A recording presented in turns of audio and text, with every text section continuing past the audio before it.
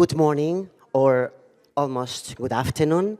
And I really hope that this small coffee break gave us a bit of energy and for this next conversation. And my name is Carlos Oldan, and I am the Social Policy Coordinator of Solidar. I'd like first to thank FEPS and the rest of the organizers to invite us to join the organization of this important event. So, and of course, I would like to thank you to be here and to join us. Today, I'm going to be the moderator of this panel, which is called, as you can see, Building on an Agenda with the People. And that is clear. That was also mentioned before, with the people. So let me start with something very simple, but very political. And we are in Porto. We know that. 5 years after the approval and the presentation and publication of the action plan of the European Pillar of Social Rights. We know that. And yet, we have already discussed about it. Where is social Europe heading? No? Because we see, as we have discussed, little by little in all the European debates, everything is framed around to be competitive, productivity, strategic autonomy, and security. And while those debates matter, the risk is that social rights are being pushed into the background, treated as costs rather than as foundations of democracy and cohesion. And this is exactly why this panel matters. If we want a real Porto 2.0, we cannot design it only in institutions or experts groups, experts spaces. We need to build it with workers, with migrants, with civil society, with grassroots movements, with the people who live the consequences of these policies every day. So the guiding question for this session is, how do we build a European social agenda with the people and not only for them? So we will start. I'm going to explain you how it's going to be this session. We will start with a keynote by Marta Iglesias, who is member of Solidar's board and director of strategy at MPDL. After that, I will invite our two panelists, Sofia Heistecker from the Austrian Trade Union GPA and the European Economic and Social Committee, and Erika Costa from Casa do Brasil de Lisboa. We will then have an exchange, some questions, and then we will open the floor, okay? And we will finalize with some reflections. So I'm going to move then to the first point of this agenda that I shared with you, and it is the introduction and presentation of our keynote, Marta Iglesias. So Marta Iglesias, who is? She is the director of strategy and advocacy at Movement for Peace, or Movimiento por la Paz in Spanish, MPDL, a Spanish civil society organization working on peace, human rights, migration, inclusion, and social justice. MPDL is also a member of Solidar. And within our organization, as I said before, Marta is member of the board. So, Marta, we invite you to help us frame how a European social agenda can be built from the ground up, why participation is important, is key, as well as how it's important to know for the progressive movements what's going on and to have a self-awareness on what we have done. So the floor is yours, Marta.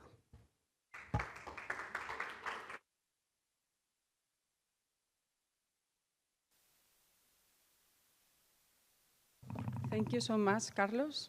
Thank you so much. Good morning, everyone. It's nice to be here. It's an honor and a pleasure. Maybe just a small words about Solidar, because I don't know if you all are aware of what Solidar is.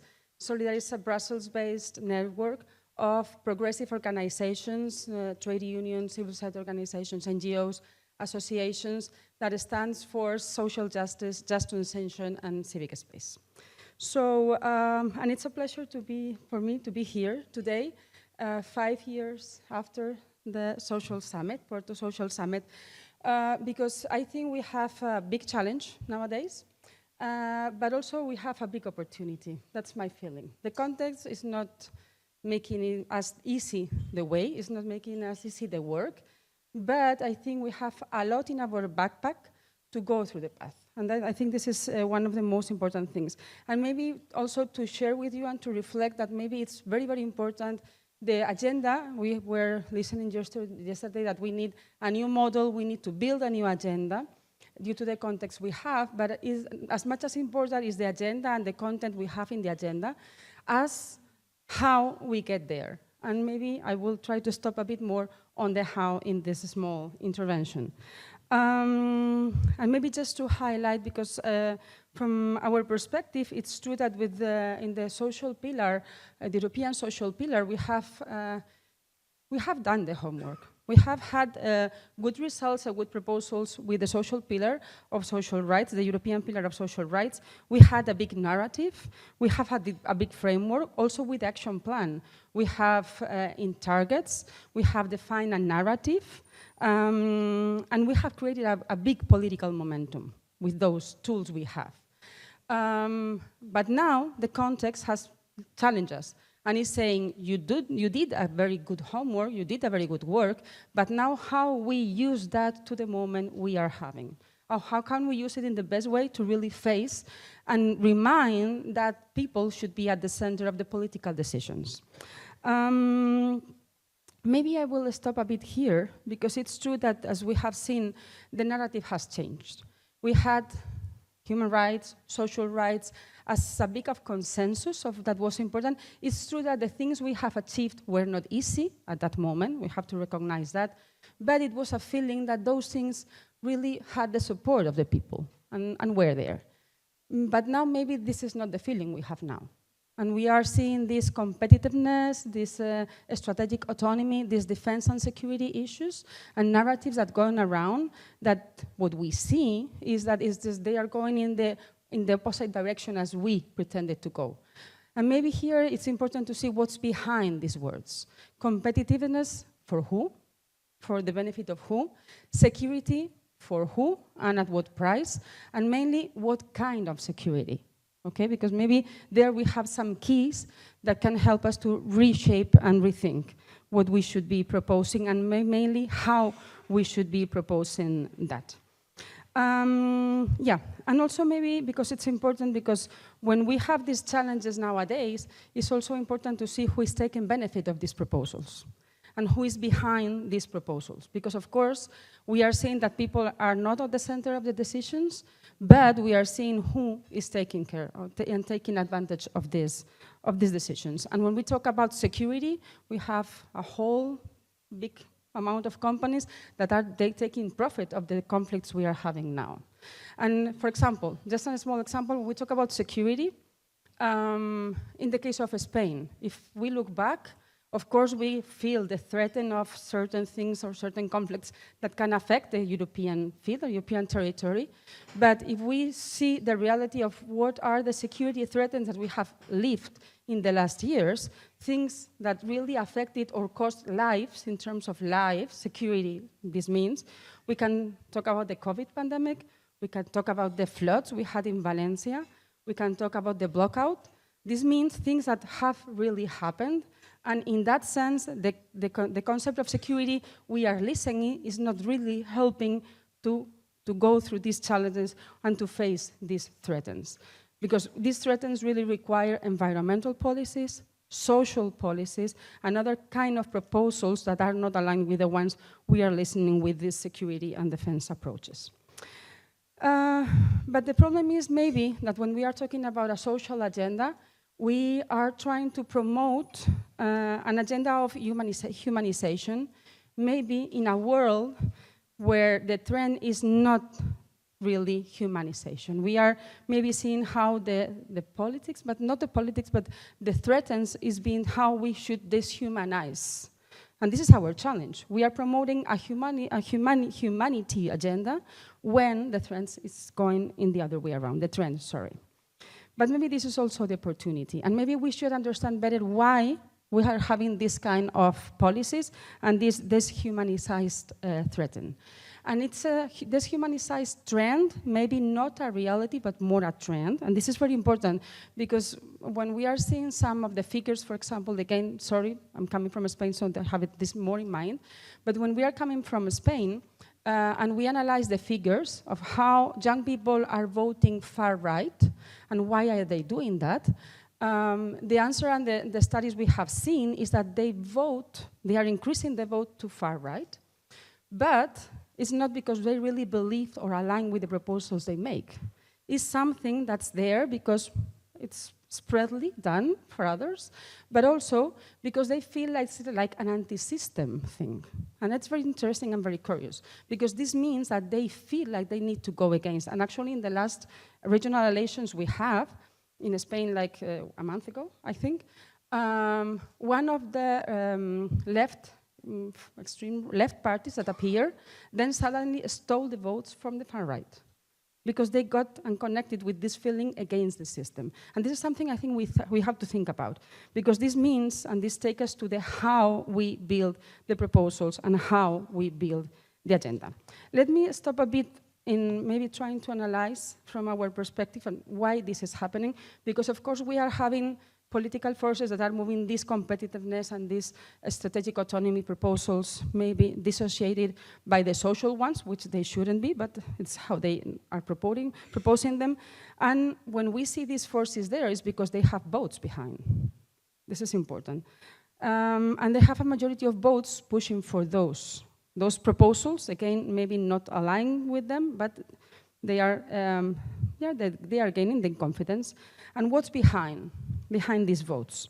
As we have mentioned, maybe not a real commitment to the proposals, but a real commitment with the feeling and the response to the feeling that they are offering. In one hand, it's true that they have real needs. We have housing problems.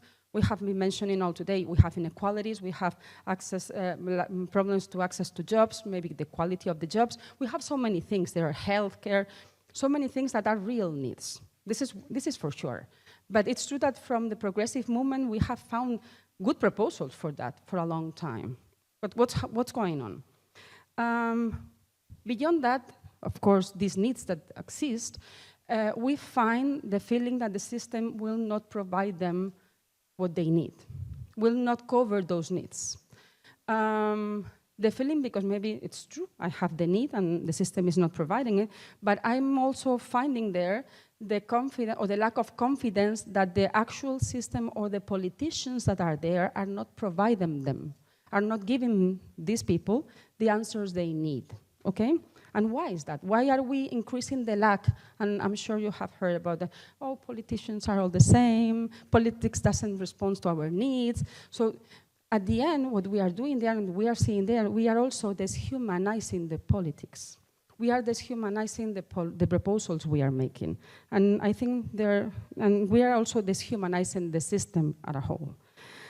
And maybe the last thing in this analysis, and to get up to the conclusions and proposals, among these needs, deshumanizing the system, and lack of confidence on the system, we also are seeing a lack of confidence on the collectivity, because individualism has been promoted and is being achieved. I mean, individuals, most social media and other kind of things, we are losing the connections. And that's why actually the strategy of these big companies or the far right that are really proposing this and taking the gain of this situation are really good in the strategy. No? So once you have all this and then you have individualism there, the people really don't think and are not confident that they can change the things and they can also be part of the solution. And if they participate, things can change.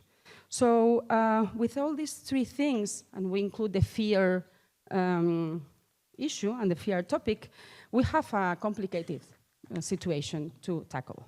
This is why I think it's so important the how we build the agenda. Because on the how we build the agenda, and here are the proposals from our side, in one thing I think we should humanize what we are proposing. We have very good proposals. We are talking about health. We have so many figures. It's important to have figures, but we also need to humanize the narrative and remind that when we are talking about this kind of figures and this kind of policies, we are talking about people like us and the people like the ones that have the needs that should be, and the rights that should be guaranteed. But then in the how, it's very important to see how we build these proposals. We have good proposals, we have seen, and we have the framework, we have the pillar. We need to prioritize and adapt them to the context. But how we prioritize them, and there we have the key for us, is just how to guarantee that we build these proposals with the people. And maybe this means participation, and participation is not just something easy to do. It's not just having one conversation or checking the list, that I have just consulted a group of people or a group of associations. Means changing the way how we build policies. Mean active listening. People and citizens should feel, we need to feel, that we are being listened, because once we are part of the proposals, we are committed to them and we push for them together. So the how we build the proposals and how we guarantee this structural dialogue and social dialogue with everyone involved and affected is very, very, very important. And also, how can we defend and protect civil society organizations? Because now they are also targeted by this kind of far-right and policies, and actually because they connect people. That's another of the things. So it's important also to defend civil society organizations and propose and protect these two, because those things, participation and defending civil society, are at the base of democracy. And we cannot build a social pillar for Europe if we don't reinforce our democracy. It's something we have to do while we walk on the way. And maybe just two more things, three, sorry. One, of course, is not just the proposals, and this has been mentioned during the different panels, also yesterday. When we are talking about building social policies, we need to put them aligned with the other policies. And because people need to see that we have consistent proposals.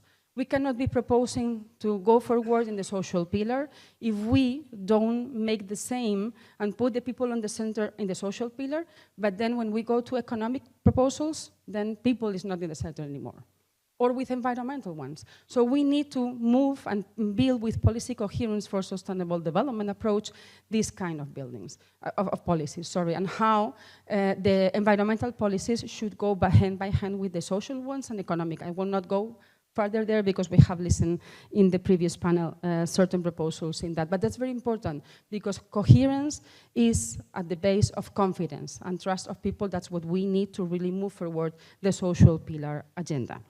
And finally, maybe two more things. Budget, of course, and the MFF is a big challenge because there we will see how these policies will be supported. Love in politics is shown with budget, and this is important. And finally, alliances. We need to do it together. I mean, to look forward and to see with who do we want to really push, because we will not make it alone. Social pillar of the European social pillar will not just be something pushed for some a small group of people. We need to really involve people to push it and to move it forward as a collective way. And maybe, as we have also mentioned before, not just in Europe. We have other allies all over the world that would be really keen to support and to move together this, not just for Europe, but also for the world social agenda. And this is something we can also do and keep in our minds. Maybe just to conclude, because it's true that if we go back to history, when we have social progress, is because this is the result of a collective effort and a collective power. So it's important to go back to see how can we and who should be seated in this table for this collective effort to move forward social pillar of Europe. Thank you so much.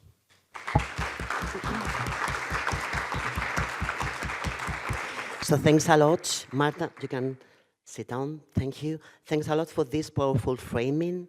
Like you have mentioned, like very important things, and the key aspect it is like people should be at the center. The participation of people is essential. We need to humanize the policies. We need to humanize the consultations. We need to humanize the way of building like these policies. And something also key that also mentioned before in the previous panels, it is we need money for this. If we want to implement the Pillar of Social Rights with all the principles, we need money. Otherwise, it's just like words. It doesn't mean anything, okay? So saying that, I'm gonna now move on to the next point of the agenda, and let me then invite our two speakers to the stage, Sofia Clap, clap, clap. Come on. And Erica Acosta. So if you want to, you have there also your microphones if you want to be like a super pop star, or I can also like share with you like the mic if you don't feel that comfortable, but maybe this way it is better. Okay. So while they are doing that, let me introduce briefly both of them. So I'm going to start with you, Sofia.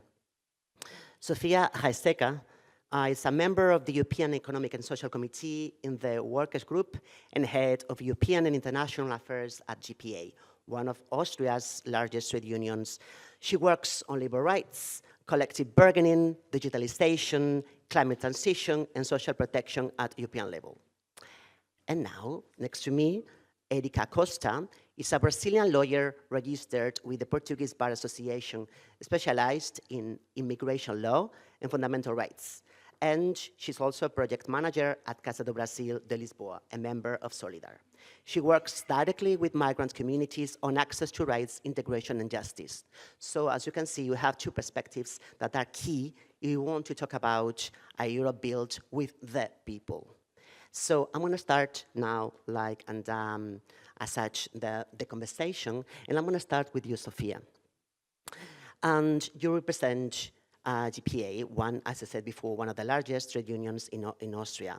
But you have also another hat, and this other hat is a representative also of the European Economic Social Committee, where the social dimension of EU policy is debated from, let's say, a more structural, institutional perspective. So this is also great because you can integrate both of things. We see that many workers today are facing rising of cost of living, job insecurity, digitalization pressures, and the green transition. So my first question is, what are the expectations for your members when it comes to advancing social rights at EU level? And how do you actually mobilize workers around a European social agenda when Europe often feels distant from the daily reality?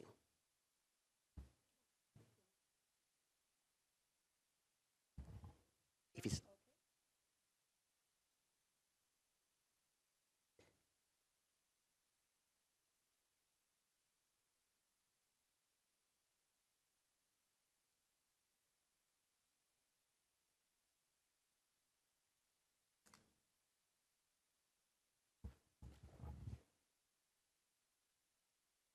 online? If not so, then I will switch to the hand mic. It's fine, yeah.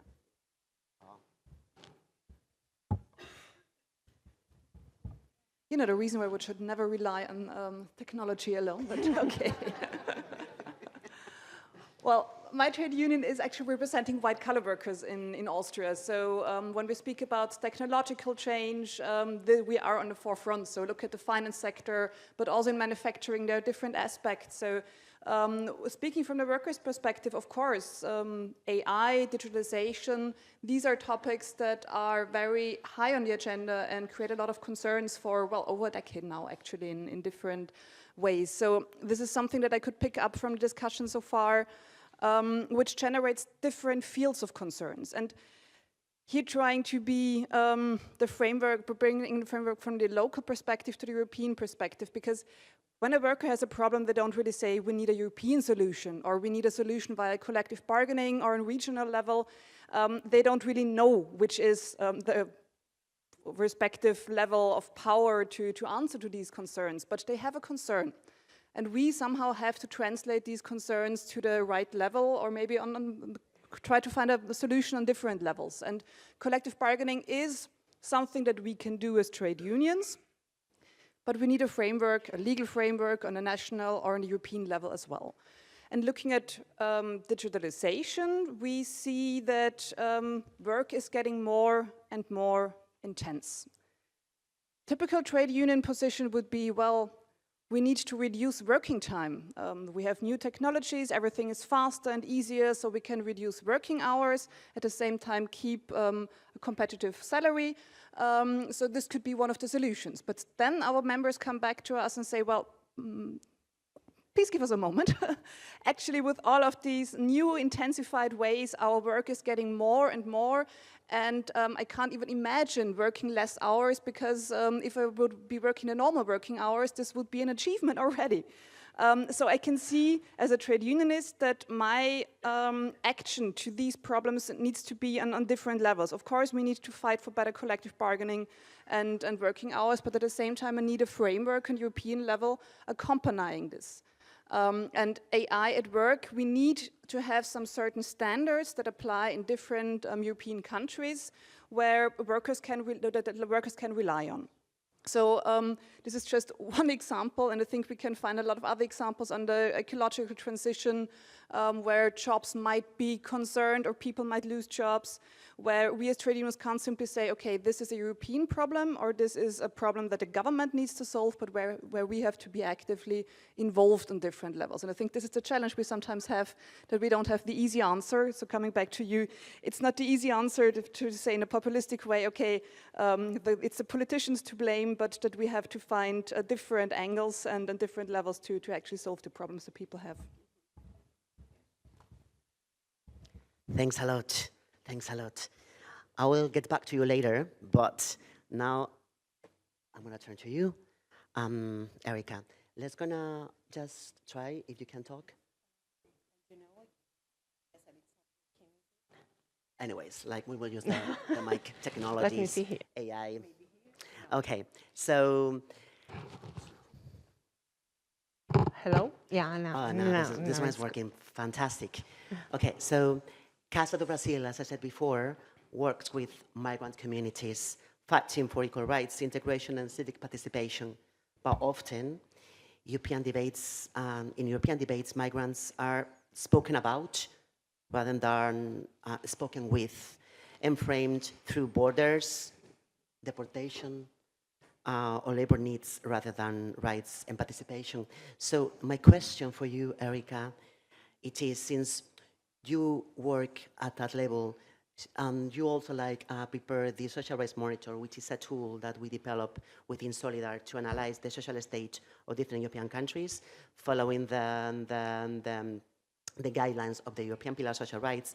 Since you are the one also working on this, working with migrants, how do you see the link between your daily work with those communities and the broader agenda for a more social Europe? And how can Casa do Brasil contribute to building that agenda with the people? Well, first of all, I would like to thank to be here sitting among European people, debating the building of social Europe, 2 days after some members of the parliament said that I should go back to my country. So it means a lot to be here. And now I would like to switch to Portuguese, because I guess that language also builds our identity. And answering to your question, a Casa do Brasil de Lisboa.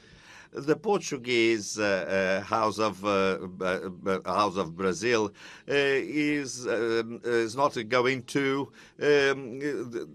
We're not asking the EU to exercise rights over the excesses that Americans are imposing.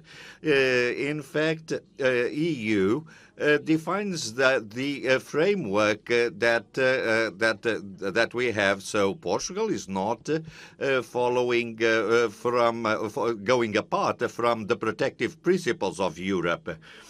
So it's within what EU has defined in its framework. That view is visible on a daily basis. Well, when you come to Portugal, or foreigner comes to Portugal, you come here, you work, you contribute to social security, but it takes 2 to 3 years to get residence permit. And during that period remain at a legal limbo in an irregular situation without getting full rights as a citizen. Not too long ago, we obtained a permission. And that enabled change in the migration legal. This is something that is crucial, enabling, for example, regrouping, family regrouping. Now it requires 2 legal years. So if you take 3 years to get a residence permit, then it may take an extra 2 years to bring together your family. So this is something that we in Brazil it goes against, or we consider that this goes against what the Europe, social Europe stands for. So the idea is that the social Europe has to be seen in practice on a daily basis in the field. And so it has to do with people who are here and those who want to fight or to build social Europe all together. And this is exactly we consider our contribution for this agenda. And this is where Casa do Brasil can contribute. As you pointed out, we are members of Social Rights Monitor in Portugal. And let me tell you that in our last report, 2025, Portugal scored 20 out of 117 items for market, 14 working conditions, and 17 and social inclusion. But it's not figures only. The report also showed that the border services in Portugal has consolidated a total collapse related to migration in Portugal. The complaints mechanism, for example, are very inefficient. Civil society was taken apart from this debate regarding migration policies. In the past, there were structured debates that were simply put aside.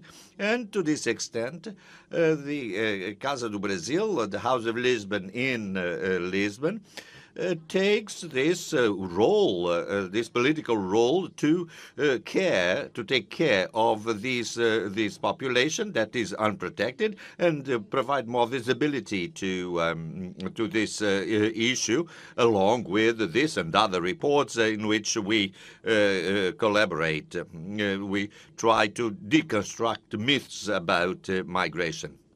So we provide some guidelines and follow up to people in terms of defending their rights. We try to discuss with the political actors when administrative channels do not work, and also through the participation in debates like this one. Because this is a means of taking immigrants in here and making them a part of the agenda. So it's not talking for us, but they're talking with us. That's it. You are totally right, Erica. Because toda a one of the main razão, things that Érica, happens, porque like das when we talk about the plenty of like vulnerable groups, it's like they don't know about their rights, and this is a huge problem. Like first because in plenty of occasions they are afraid to look for like support, look for help, and second because they don't know. So like and they are not in the debates. And once again, like if we want to build social Europe, we need them because we need to do that together. Like when you go and you read like the action plan and you see like how it was like framed, one of the things it is that's a shared responsibility.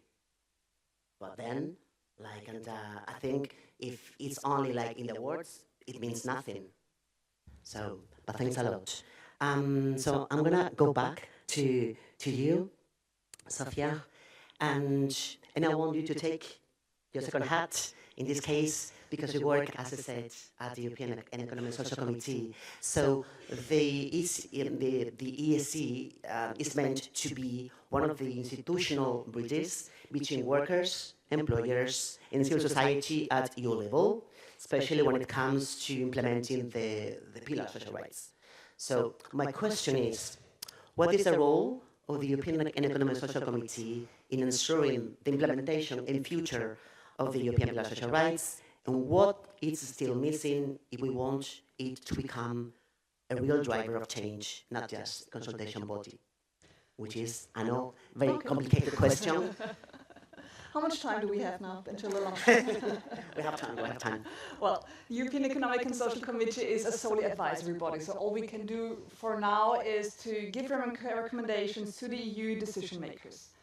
And exactly a year ago, I was the rapporteur for a so-called opinion to give some recommendations regarding the implementation of the new action plan of to improve the social rights. And I think it was yesterday, a year ago, that we had a discussion in the European Economic and Social Committee, also with Roxana Mizzato, presenting these recommendations. Unfortunately, we have not heard much more since then from the Commission when it comes to a new action plan. And I think this is actually direly needed.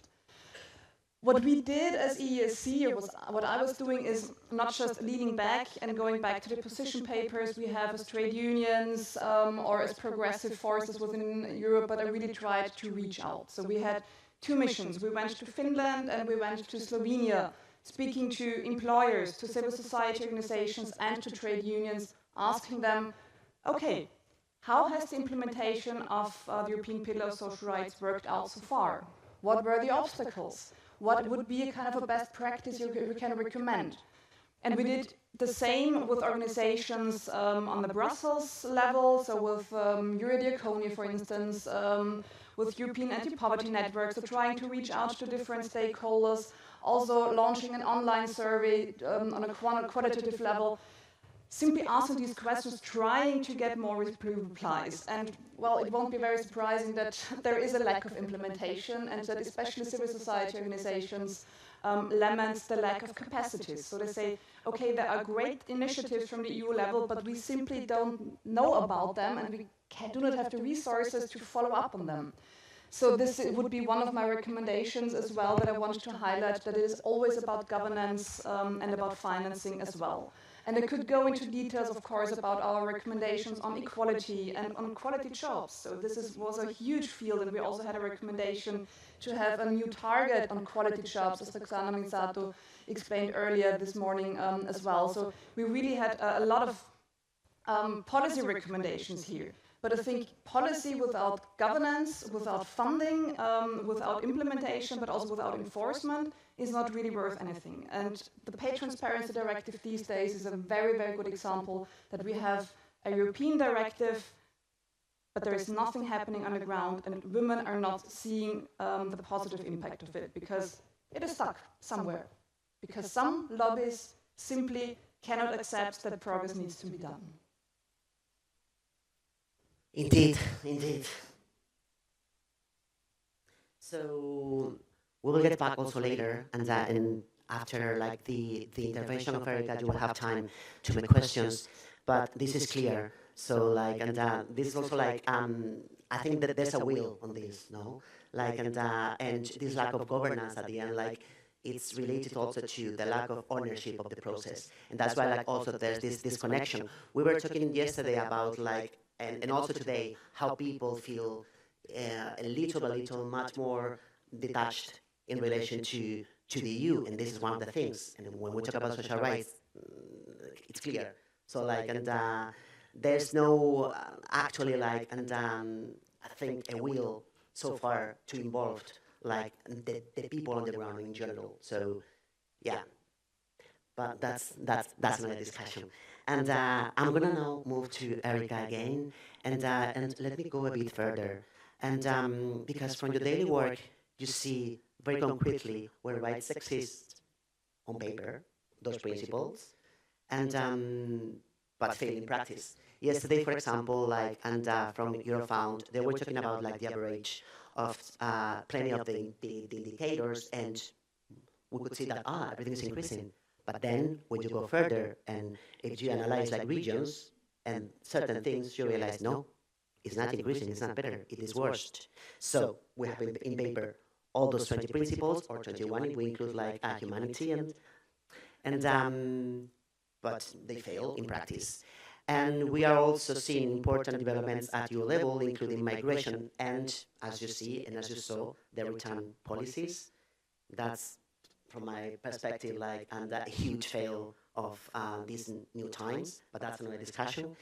that directly affect people's lives. So my question to you now it is, what are your key expectations from the European Union to improve the lives of vulnerable groups, such as migrants, and what should be non-negotiable if we want migration policy to be consistent with a social Europe agenda?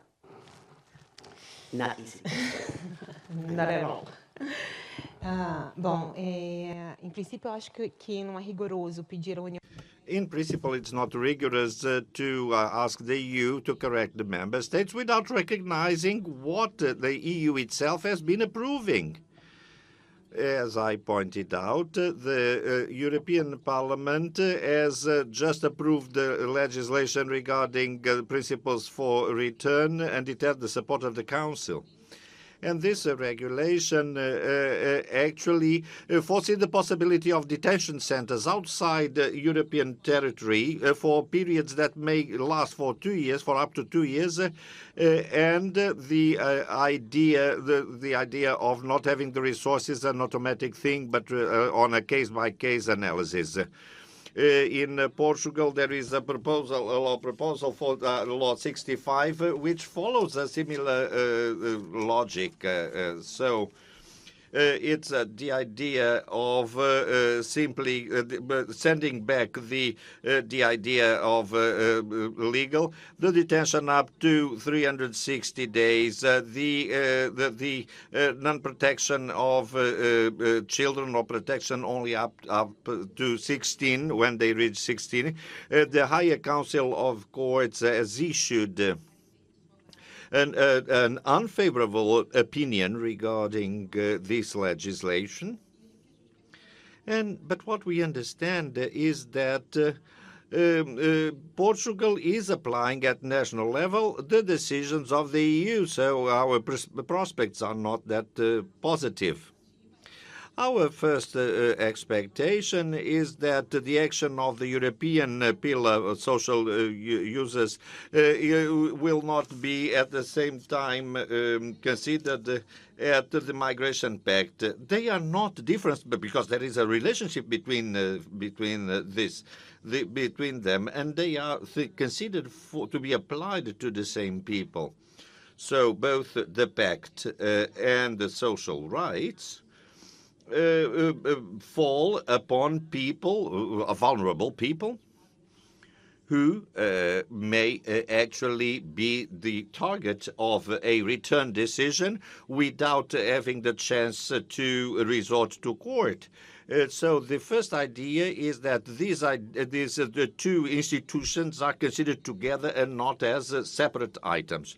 The second thing is that the institutions that document the situations, like Casa do Brasil and Social Rights Monitor, have a more structural impact, not only as a consultation body, but rather as a formal channel through which this evidence can be witnessed and also used, just like the Social Economic Monitor feed the European instances. So we need to instrumentalize what we see on a daily basis. For example, at the Lisbon Casa do Brasil, we carry out voluntary work, and we cannot expect people to simply come and be volunteers for this.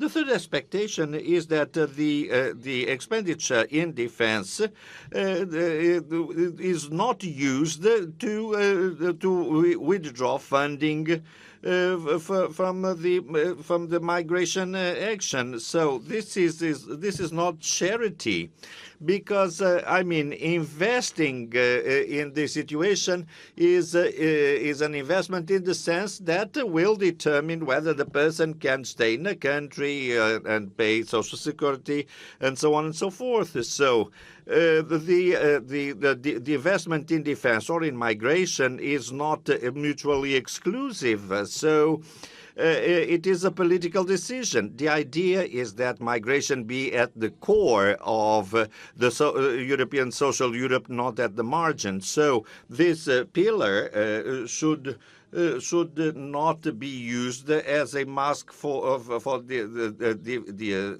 different situations. So it is exactly on this that we can see whether the agenda is working or not. Thank you.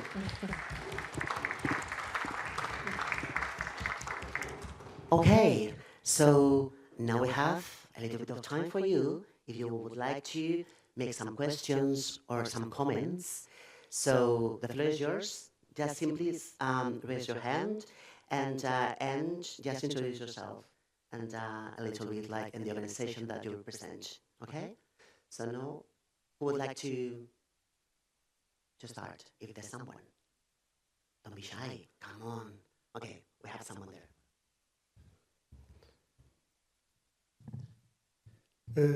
Hello, my name is Nuno Santos. I'm from the Social Party Portuguese.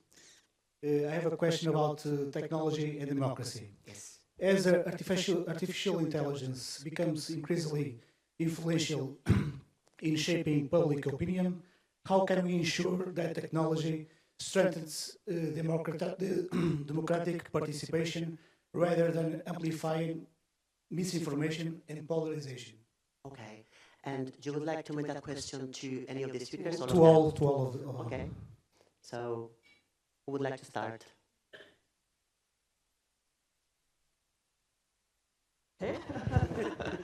Of course, I'm going to solve the democracy crisis. Yes, today. Now. All right. Yes. No pressure.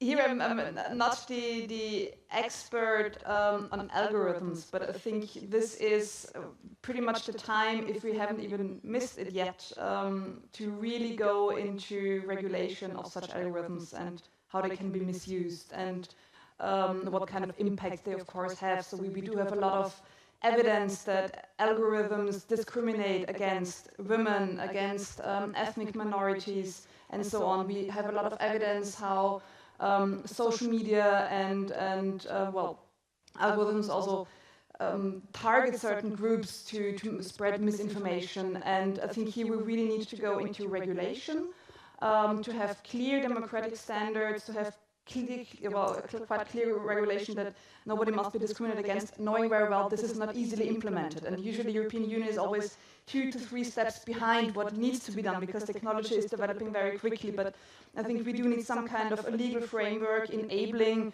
policymakers on different levels to reply. And here I think we also need a very confident European Union, because we know that most of these companies are from either the United States or China, and we know that there will be political and economic pressure on the European Union as well. So I'm fully aware that this is not an easy thing to achieve, but I'm fully aligned with other people saying that we need to regulate here. And I think this, of course, has a huge impact on democracy, and this is a huge concern, but also the same for civil society organizations, for certain groups and minorities that are more exposed, but also for AI at work. So I think this is a whole field where we need urgent action, where we mustn't be afraid as the European Union. Maybe if I may, it's for sure. I think regulation for me it's like the key issue because that is where we can protect the rights.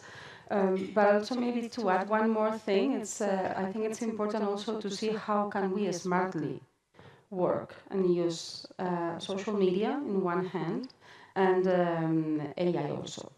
I think I have seen, and I know some initiatives that has been developed in Spain, and they are doing it very well. But now the challenge is how can we connect with others? Because from just one small point, you cannot move everything. We are talking about the kind of narratives we are using, the hope we are creating with the messages we launch, and how the confidence you build on the people that what they are feeling can be changed, and they can have a role in changing that.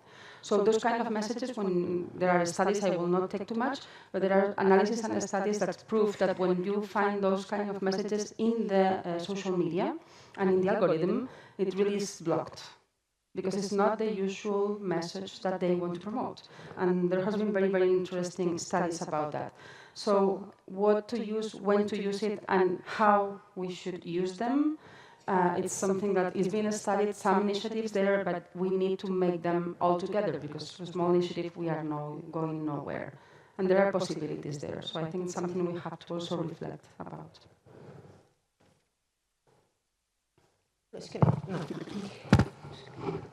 Só para complementar muito rápido, eu acho que para além da questão da regulamentação, a gente precisa Very também quickly, trabalhar com a questão da besides literacia regulation, digital. we need to Porque, also se a teach gente on pensa nessa digital implementação, literacy, because agora when you're tudo vai ser talking about automático, o sistema é o que a gente this vê, inclusive, action, everything is com a Agência para Integração, automatic, Migrações and e things Asilo, that what we várias see that with plataformas, the as Agency pessoas for podem fazer todos os Integration and processos, Immigration in online, Portugal, mas as you pessoas have não several sabem fazer todos os platforms processos you can online. do Falta literacia digital, things falta online, formação. Então, but acho que para people além da cannot do that regulamentação, because they a gente lack precisa training on that. democratizar So esse acesso no besides sentido de formação, discussing de this, we have to capacitação de todos, democratize porque senão a gente cria segregação também. the capacity building, technological capacity building of people at Thanks a large. lot. And anyone else?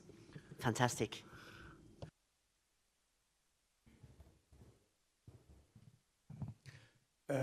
Thank you, all of you, for your interventions. My name is Wolfgang Bautz. I'm from Germany on behalf of, let's say, a grassroots organization which deals with gender equality. I especially liked the intervention of Marta. It was fantastic, and I totally agree with your conclusions. On the other hand, when I came first to Porto, we discussed with the already mentioned Stephen Sturr about inclusion, about participation. And if I remember well, we had more or less the same conclusions. So that raised the question for me on my experience also, that we discussed this issue for 2 decades or even more, and we don't feel that there is a progress. Meanwhile, we discuss individualism is grabbing minds, populism is occupying minds. So what's happened? Is it that maybe our parties, we are sympathizing, we are members, are doing things wrong? They are calling more participation. On the other hand, they are doing, to put it quiet, civil society. I have a lot of examples of German society, and Friedrich Ebert Stiftung or Foundation Friedrich Ebert did a lot of research regarding this, that in the civil society we don't feel a progress in participation and inclusion. So I would like to ask you, or I'm not sure if you can really answer this question, but this is my comment. I feel that we discuss. Meanwhile, on the ground, we have a strong wind against us.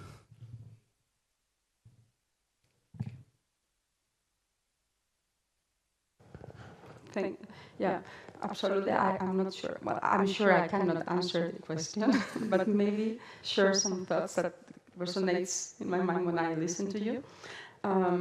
Yeah, I think participation of people and how we should build public policy is something that has been there for a long time, and the challenge is still there. But going back to my humanizing point, I can say that we have had very good experiences. So maybe I would like not to see it as I think it's important to see it as a global issue and as a structural issue on how we build policies. But we have good experiences in how this has been done that can help to move this forward.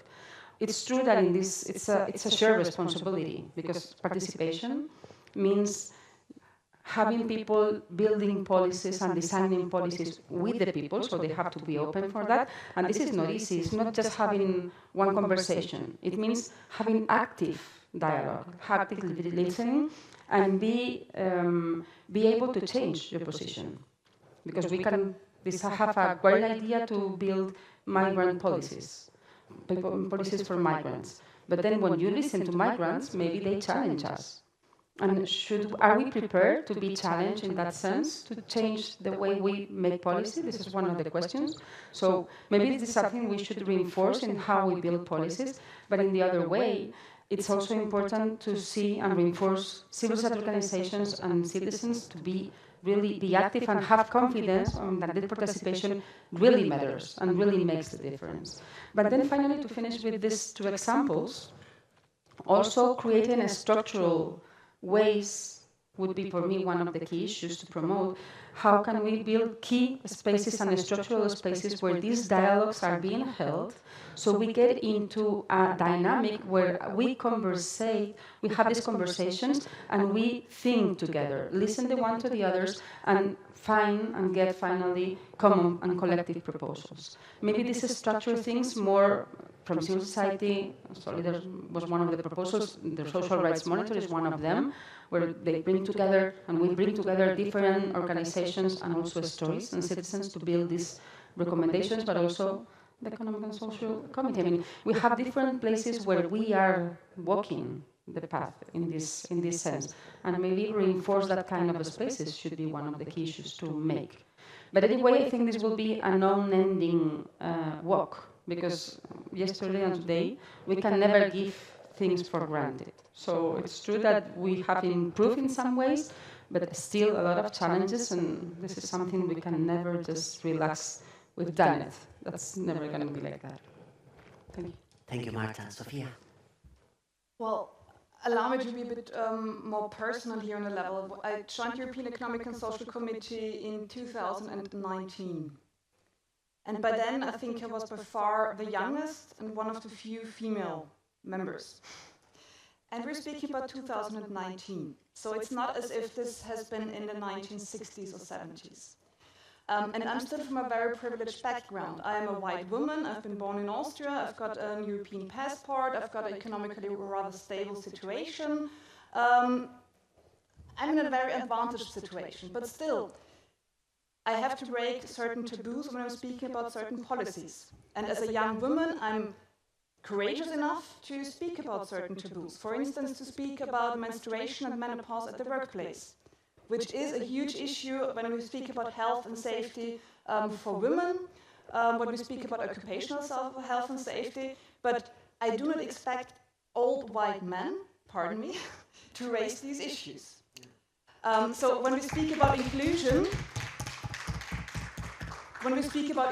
we need to have people there in the decision-making boards, and we know that we're very, very far away from having equality there. We're very far away from having migrants involved in decision-making. So these still are initiatives reaching out to people, but they're not really part of the whole decision-making process, and they're not part of the boards and of the panels. And I think this really is one of the crucial things where we need quotas, where we need more policy making, but where we also need to enable people to be active. And you can only be active on a political level when you have the time and the resources to do it. And as a woman, I often do not have time or resources because I have to take care of my job, of the children, of all of the care work, of my family, and I simply don't have the time to sit in the decision-making rooms.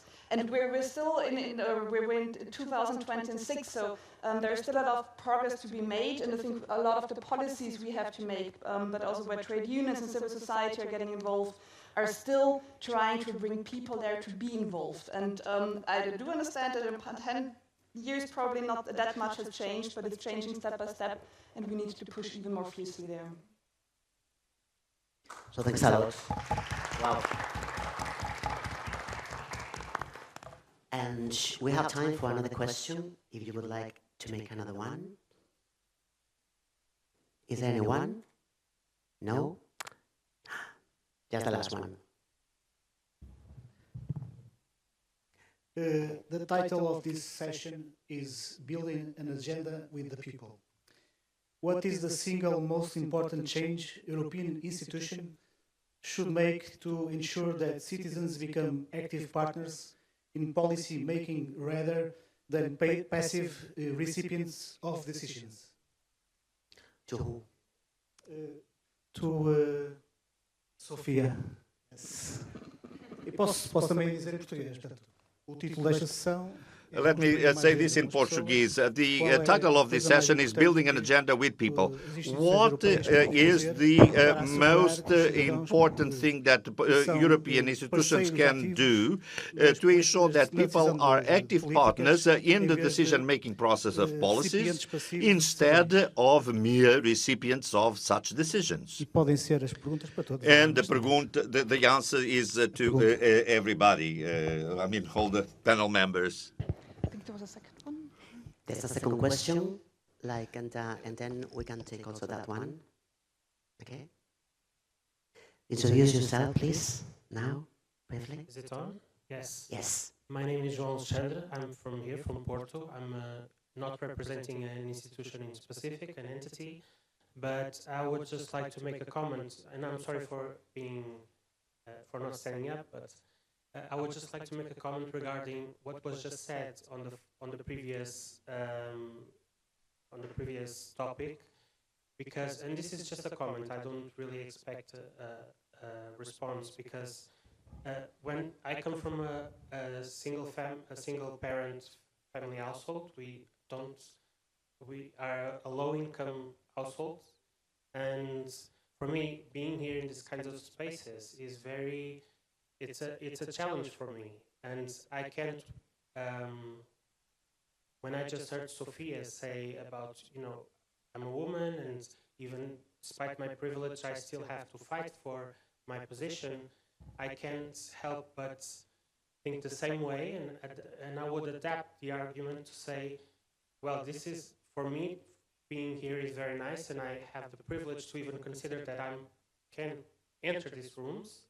But when I think about people from, I don't know if this is how it's said in Portuguese, but racialized backgrounds, I don't mean to be provocative in any way. I think this is a productive conversation. When we look at most people here in the room, most people, if not all, except one or two, are white. And then we are talking about social Europe, and we are talking about poverty, and one thing doesn't really connect, doesn't mean the other. Just because you aren't white doesn't mean you are automatically poor. But at the same time, there is a significant correlation, and I just can't help but feel a bit worried that people from racialized backgrounds don't feel like they are a part of this conversation as well, and a part of this room. So yeah. And beyond other traits that might somehow make people feel like they aren't part of this room, but this is what I wanted to focus on right now. So thanks a lot. And just a last comment, and then we will finalize.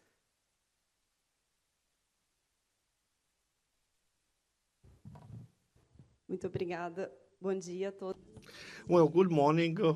I also belong to Casa do Brasil, but I have a comment I would like to make, that is the importance of building an anti-racist Europe. Yesterday and also today, very few people, on very few times, we speak openly about the fact that if we want a European social Europe, we have to discuss racialism or racism. And sometimes the several setbacks that we have has to do with the fact that we don't discuss this topic, racism and xenophobia.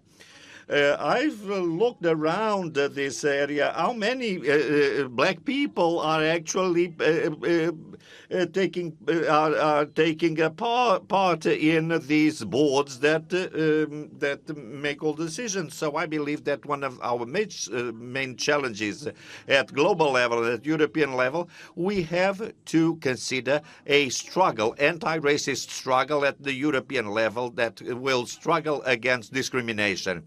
So I would very much like to hear your opinion about this cross-cutting issue of our struggle Thanks in a this lot. area. Now, I'm gonna give the floor to the speakers, and it's true that the question of intersectionality is not easy, and there are plenty of things there, and of course there's this structural the xenophobia and racism, but that's beyond these discussions. But I'm gonna give the floor, and we have different questions. So who would like to start? Okay. Okay, maybe I will answer to your comment and what was resonating to me. Yeah, maybe I can share just a small example, because, for example, in Spain we have had for a long time a strategy, African, my expertise, my background is wider in the external action pillar, okay? But just a very simple example, we have for a long time a Spain-African strategy. And there was a body that was like a council, consultative council, an advisory council that was there to suggest and make proposals. So since the beginning, I have been participating there, but not anyone in that table came from Africa. We have people in Spain from Africa. And one of the big challenges we had was to invite the diaspora to be seated in the table, and they could have a seat. At the end, they got it, but just because they invited them, so why don't you include them in your group? Because we have private sector, we have academia, and we have development organizations. So invite them in your group and make them part of you. It's okay, we will, so it's there, and that's the first thing we did. But diaspora is not related to development cooperation. I mean, it's part of course they are part of, but I don't want the diaspora there because they belong to a development cooperation issue. It's because they are part of the dialogue. And at the end, we got them as a group, a specific group in the advisory group, an advisory council that they are now. And of course, the conversations are absolutely different than the ones we had before. Absolutely different, because the topics and the approaches to the topics have changed, just because they are on the table. And this is why it's important what we have mentioned. And this is why it's important to bring them to these kind of spaces. And maybe the last thought is that when we talk about participation, one of the things and the problems we have is that we open the participation for specific processes when we want to listen those voices for that process. But that's too late. Because maybe what I'm proposing and what I think is important is to completely change the way we build and manage the policies. And this is why I really believe that sometimes structural spaces or dialogues integrate more in a more natural way this kind of conversations. Because once you have a group on a conversation where different voices are being held, the conversation is easier when it comes to really build an implementation policy or how to implement the European action plan of the social pillar. I mean, of these concrete issues, when we already have these kind of spaces, are a lot easier to make. And you can see who is missing, who should, and how can we evolve. And also you mentioned the quota, for example, for the feminist perspective and the gender issue. Now it's very strange to find a panel where you don't find a woman, for example. Of course, not talking about women without women, but at least at the Spanish level, European level, I know less, but it's not well seen, you know? But it doesn't happen anything when you go to a migration panel and you don't have a migrant on the table. So how come? Why is this accepted and not the other one? So, but we have done changes in some issues, so I think I'm an optimistic person, and I think we can still make those changes. Thank you so much. Sophia? Well, thanks for sharing. I won't comment any further, but I think, especially the question of intersectionality, I think it plays in to the whole debate from different angles, and we have to consider this. And we all have certain blind spots, to be honest. I think we all need to be as open as possible and try to speak with as many people as possible. But a single individual person cannot compensate. So we do need some structural mechanisms as well to exactly ensure that voices are heard. To the very easy question about the one political measure, I'm very, very bad in such easy populistic messages. I think the very easy way would be to say, well, we need to implement European Pillar of Social Rights. We have heard today there are 20 principles in this pillar, so if we fully and unconditionally implement the pillar, I think we can cover a lot of areas that we have discussed so far and will continue discussing. We have heard about AI in the different fields of society, psychosocial risks, and in general health and safety. So from the trade union perspective and also the ESC, climate change, heat, it is an issue that we have to address. Fair mobility, but also information consultation rights for workers at the workplace, but information consultation involvement of different groups. So I think these are some aspects that have been mentioned somehow. It is not the one silver bullet. I know it's more complex, and we need different policies and governance mechanisms to really get there. And in the end, it is a matter of political will. And we, at least the way I see it these days, we lack the political will. It can be done. We do have the money. We can invest. We can prioritize people in all of the fields of policy making. But with the current governments and EU majorities, this simply is not the political will. But we can fight for it, and we can build the pressure. And with the right political will, we can achieve it. I'm sure about that. Thank you. Fantastic. Acho que muito rapidamente, voltando ao Very quickly, and back to what Marta said.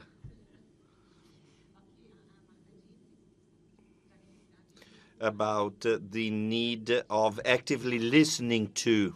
But that listening has to be done prior to implementation, because sometimes what happens is that after the implementation of a public policy, I mean, after the action plan was done on immigrants, then we were consulted. I mean, we were warned, or we were told about the fact that that plan was going to be implemented. So when politicians discuss about this public process, they say, oh, but all this, the involved community, they participated. No, we didn't. We didn't. We heard about the conclusion. So this active listening has to be done prior to the final decision making.